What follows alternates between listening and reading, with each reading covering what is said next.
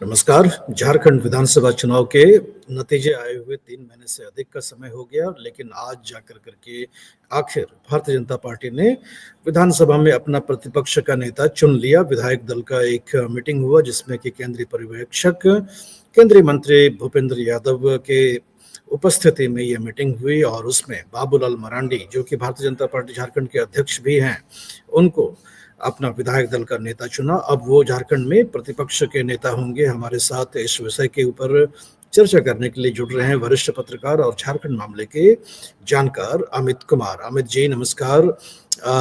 इतना समय क्यों लग गया बीजेपी को अपना नेता चुनने में विधानसभा झारखंड में? नमस्कार मनीष जी। देखिए, हम लोग जब झारखंड में चुनाव का जब नतीजा आया तो उसके बाद लगातार किसी को उस समय तो अंदाजा नहीं था कि बीजेपी का ये नंबर आएगा। एक तो सत्ता में वापसी नहीं करेगी और दूसरा जो नंबर आएगा पिछले जब वो उससे पिछला सत्र में जो नंबर था उससे भी ये नंबर कम हो जाएगा। 26 से 21 आज के दिन में बीजेपी के पास 21 सीट आया है झारखंड में। तो किसी को अंदाजा नहीं था। तो चुनाव का परिणाम तो कभी बीजेपी के अनुकूल रहा नहीं। लेकिन उसके बाद मनीष जी आपको ध्यान होगा कि समीक्षा का दौर चल रहा था। तो समीक्षा का दौर लंबा चला। झारखंड में रांची में भी मीटिंग हुई, फिर दिल्ली में भी मीटिंग हुई, लेकिन समीक्षा के बाद अभी तक तो सामने कुछ आया नहीं कि बीजेपी किसको हार का कारण मानी, क्या वजह रहा कि बीजेपी हार हुआ। और जिस तरह से अब विपक्ष के नेता के तौर पर बाबूलाल मरांडी का नाम सामने आया है, और जबकि आपको ध्यान होगा कि पिछला जो चुनाव हुआ था बाबूलाल मरांडी के नेतृत्व में ही हुआ था, वही झारखंड के बीजेपी के अध्यक्ष थे। तो इसका ये मतलब है कि कहीं ना कहीं जो समीक्षा जो है वो केवल खाना पूर्ति था। उसमें तो पता चला नहीं कि आखिर हार का कारण क्या रहा और कौन कौन सा फैक्टर था, कौन से नेता थे। आपको मालूम है कि बीजेपी या किसी भी पार्टी के चुनाव में प्रदेश अध्यक्ष और संगठन मंत्री का बहुत इंपॉर्टेंट रोल होता है। और कहीं ना कहीं जब बीजेपी की हार हुई थी तो ये तो जरूर देखना होता कि आखिर इसमें बाबूलाल जी का क्या रोल रहा, संगठन मंत्री का क्या रोल रहा। लेकिन आज जिस हिसाब से उनको विपक्ष का नेता फिर से बना दिया गया है, तो ऐसा लग रहा है कि जब पीछे आपको याद ये भी होगा कि जेवीएम की उन्होंने वो बाबूलाल मरांडी जो पिछला जो इससे पहले वाला चुनाव लड़े थे, उनकी अपनी पार्टी हुआ करती थी जेवीएम, जिसको उन्होंने बीजेपी में मर्ज करा दिया। तो लगता है कि वही अवार्ड फिर से मनीष जी लगातार बीजेपी उस अवार्ड को दे रही है बाबूलाल जी को, और आज विपक्ष का नेता भी बना दिया गया बाबूलाल जी को। तो इतनी देर से ये मीटिंग बुलाई गई और 3 महीने से अधिक का समय हो गया और ऐसा लग रहा था कि जैसे विपक्ष का नेता झारखंड में बीजेपी नहीं बल्कि जो एकमात्र विधायक हैं जयराम कुमार महतो, वही विपक्ष के नेता हैं, सुर्खियों में ही वही बने रहते थे। तो क्या बीजेपी को ऐसा डर तो नहीं लग रहा था कि विपक्ष की भूमिका ही इनके ऊपर प्रश्न चिन्ह खड़ा हो रहा है? नहीं, एक तो ऐसा लग रहा है कि आज के दिन में भारतीय जनता पार्टी के लिए झारखंड जो एक ऐसे स्टेट आप देखेंगे तो लिस्ट प्रायोरिटी में आ गया सेंट्रल लीडरशिप के लिए। इसमें कहीं कोई दो मत नहीं है, क्योंकि जिस हिसाब से डिले हुआ और पिछला विधानसभा में भी बाबूलाल मरांडी को ही इन्होंने विपक्ष का नेता के रूप में बीजेपी ने उनके नाम का प्रस्ताव किया था, लेकिन पूरा कार्यकाल लगभग 1 साल बचने के पहले तक विपक्ष के लीडर के रूप में इनको झारखंड विधानसभा के स्पीकर ने मान्यता नहीं दी थी। तो पिछला भी पूरा सत्र पूरा एक जो टर्म रहता है उसमें आप बोल सकते हो कि लास्ट के 1 साल ही बीजेपी ने अमर बावरी को विपक्ष के नेता के तौर पर झारखंड विधानसभा में प्रतिनिधित्व करने का उनको मौका मिला। और बाबूलाल मरांडी कभी भी विपक्ष के नेता की उनको वो मान्यता नहीं मिल पाई थी। तो बिना विपक्ष का ही पिछला 5 साल जो है का उसका ज्यादा हिस्सा बीजेपी का वो झारखंड में बीता। इस बार भी पहला 3 महीना जैसा आप बोल रहे हो तो, और सत्र शुरू होने से पहले हो जाना चाहिए था, लेकिन चलो देर से ही सही, लेकिन फिर भी अगर पिछले से तुलना करेंगे तो ये बेहतरीन है। अभी पूरा 5 साल का टर्म बचा हुआ है, अभी शुरुआत हुई है, नवंबर में ही रिजल्ट आया था और दिसंबर में पहला सेशन उनका हुआ था। तो उस हिसाब से तो जल्दी ही हुआ मनीष जी। अमित जी, आपने ही बताया कि बाबूलाल मरांडी के ही चेहरे पर भारतीय जनता पार्टी ने विधानसभा का चुनाव लड़ा था और पिछले 20 साल का अगर इतिहास देखें, 24 साल का इतिहास देखें तो सबसे करारी हार बीजेपी की झारखंड में इस बार ही हुई, सबसे कम नंबर आया है। 24 साल में, तो हार के बावजूद इनको ही क्यों नेता बनाया गया? क्या इनके पास विकल्प वहां पर नहीं थे? मनीष जी, भारतीय जनता पार्टी में तो विकल्प की कमी है नहीं।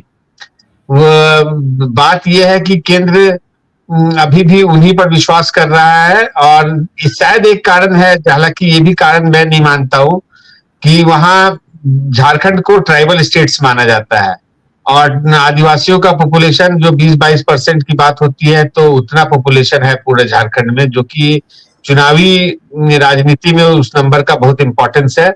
और लगातार से अभी भी मुख्यमंत्री जो वहां हेमंत सोरेन है, वो भी आदिवासी हैं, ट्राइबल कम्युनिटी से ही आते हैं, और भारतीय जनता पार्टी से भी कई ट्राइबल मुख्यमंत्री वहां रहे हैं।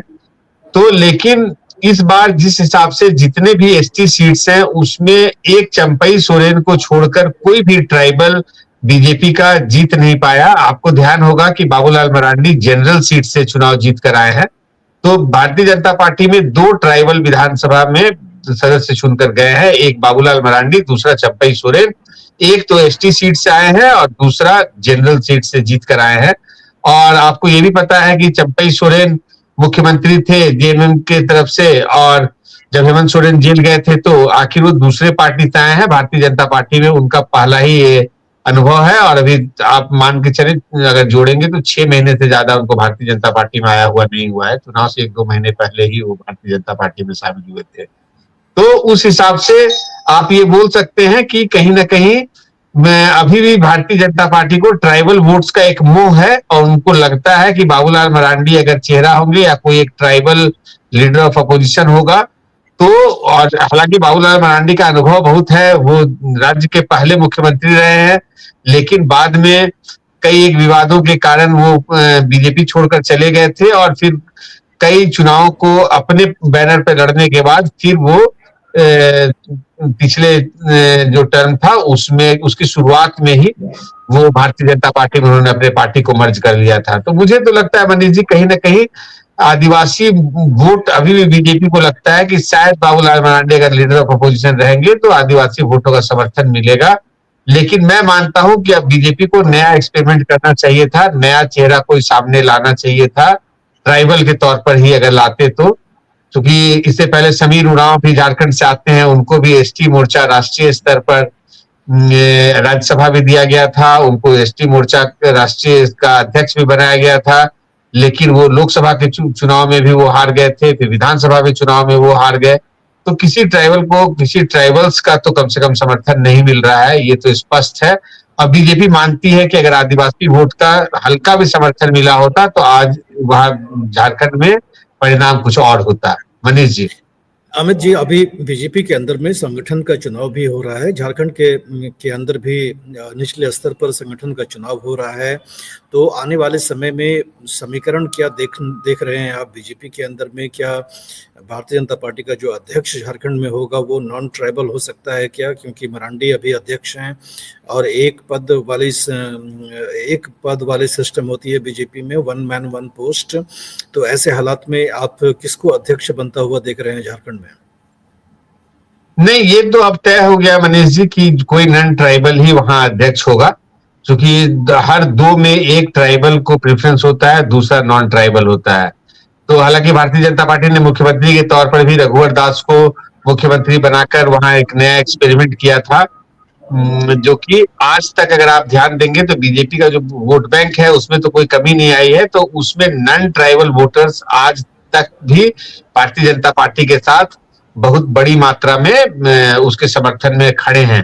तभी ये जो वोटिंग का जो परसेंटेज था बीजेपी का वो मेंटेन हुआ या थोड़ा बहुत बढ़ा, और सीट भी 21 तक सीमित रहा। तो कोई नॉन ट्राइबल ही होगा मनीष जी, अभी कहना जल्दीबाजी होगा। हालांकि एक नाम बार बार चल रहा था कि रघुवर दास वहां के अध्यक्ष हो सकते हैं, लेकिन मुझे नहीं लगता है कि रघुवर दास को अब भारतीय जनता पार्टी झारखंड में अध्यक्ष बनाएगी, क्योंकि आपको पता होगा कि रघुवर दास और बाबूलाल मरांडी ये सब करीब करीब एक ही जनरेशन के हैं, आप मान सकते हैं। उनके मुख्यमंत्री के तौर पर जब वो मुख्यमंत्री थे तब भी रघुवर दास उसमें मंत्री थे। तो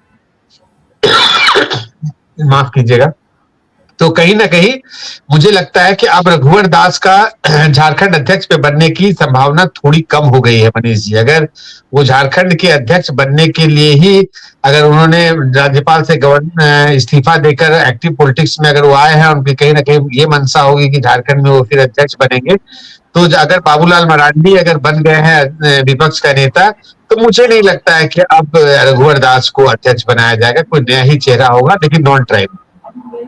तो नॉन ट्राइबल ही एक अध्यक्ष होगा बीजेपी का, वो तो तय लग रहा है। और रघुवर दास मुख्यमंत्री रह चुके हैं, राज्यपाल भी रह चुके हैं, उनके अध्यक्ष बनने की गुंजाइश कम दिखती है। शायद कोई बीजेपी अपना एक युवा चेहरा सामने लेकर के आए झारखंड में।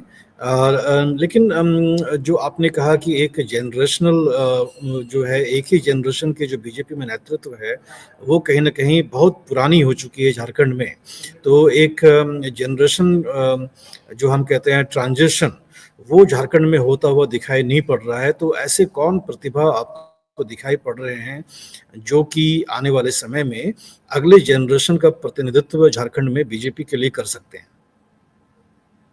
नहीं, अभी झारखंड में देखिए, जब तक अध्यक्ष के नाम की घोषणा नहीं हो जाती है तो हम लोग ज्यादा कुछ नहीं कह सकते। लेकिन हाँ, इतना तय है कि झारखंड में अध्यक्ष जो होगा वो आप जैसा बोल रहे हैं रिलेटिवली जितना हम लोग पार्टी को समझते हैं, और दिल्ली से बैठकर जो आप देख रहे हैं और या अन्य राज्यों में जिस तरह का नेतृत्व भारतीय जनता पार्टी सामने ला रही है, उससे तो साफ है कि कोई ना कोई कुछ जिसको राजनीति में युवा कहते हैं, वैसा युवा तो अध्यक्ष अगला होगा, वो नॉन ट्राइबल होगा।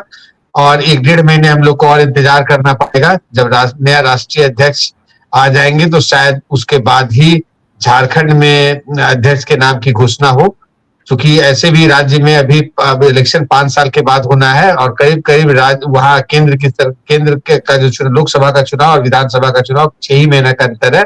तो अभी बहुत लंबा समय बचा हुआ है। लेकिन विपक्ष के तौर पर एक बहुत संघर्ष की जरूरत होती है। आपको स्ट्रीट पर फाइट करना पड़ता है, आपको बहुत एक्टिव दिखना पड़ता है, जनता के मुद्दों को उठाना होता है।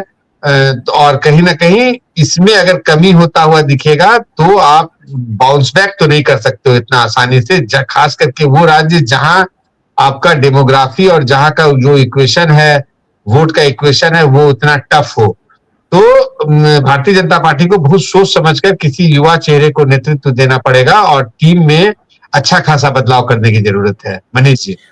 जी, तो अमित जी ने बता दिया कि टीम में बदलाव करने की दरकार है झारखंड में बीजेपी को। और चुनाव तो 5 साल के बाद होने हैं, लेकिन हम ये बात याद दिला देना चाहते हैं कि लोकल बॉडी इलेक्शन यानी कि जो निगम के चुनाव हैं, वो शायद इसी साल झारखंड में होंगे, और जिसमें कि बीजेपी अपना खोया हुआ जनाधार वापस करने की कोशिश करेगी और शायद नए चेहरे के साथ निगम वाले चुनाव में, स्थानीय चुनाव में बीजेपी जाना चाहेगी। अमित जी, आपका हमसे इस विषय पर बात करने के लिए बहुत बहुत धन्यवाद। धन्यवाद मनीष जी।